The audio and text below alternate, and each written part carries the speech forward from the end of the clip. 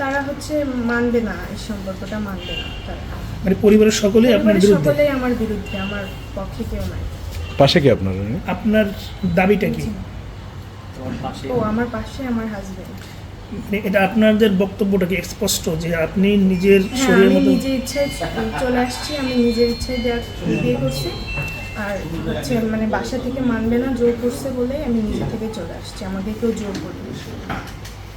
সেক্ষেত্রে যদি আপনার পরিবারের থেকে বিচ্ছিন্ন বা কোনো না, পারিবারিক? আমি যাবো না তাদের সাথে, আমি আমার স্বামীর সাথেই থাকবো, তার সাথে সংসার করবো।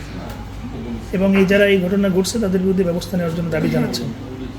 তারা হচ্ছে তাকে হুমকি দিছে, তাকে মানে মার্ডার করবে। কালকে রাত্রে হচ্ছে লোকজন নিয়ে আসছিল, অনেক অস্ত্র শস্ত্র নিয়ে আসছে, আমাদের তুলে নিয়ে যাবে।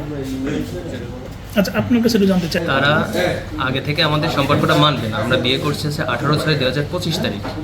এখন 1 বছর হওয়ার পরে মেয়ে আর আমি স্বেচ্ছায় মেয়ের বাসা থেকে চলে আসছে। আসার পরে তারা আমাদের লোকেশন কোনো না কোনোভাবে পেয়েছে। পাওয়ার পরে তারা আমাদের খোঁজার জন্য 20 থেকে 25 জন লোক নিয়ে আসছে রাত 12টার সময়। রাত 1টার দিকে।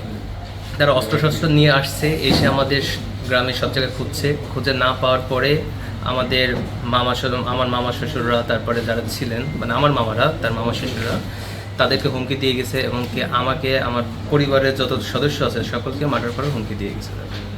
কি চান আপনি? আমরা বিচার চাই, আমাদের নিরাপত্তা চাই এবং আমরা এর বিচার চাই। এমনকি আমার মামা শ্বশুরে তুলেও নিয়ে যাচ্ছিল। আপনি পড়াশোনা করেন? জি, আমার honours complete Khulna BL college থেকে ফিনান্স অ্যান্ড ব্যাঙ্কিং। আর আপনার ওয়াইফ? আমার ওয়াইফ খুলনা সরকারি মহিলা কলেজে অনার্স ফার্স্ট ইয়ার।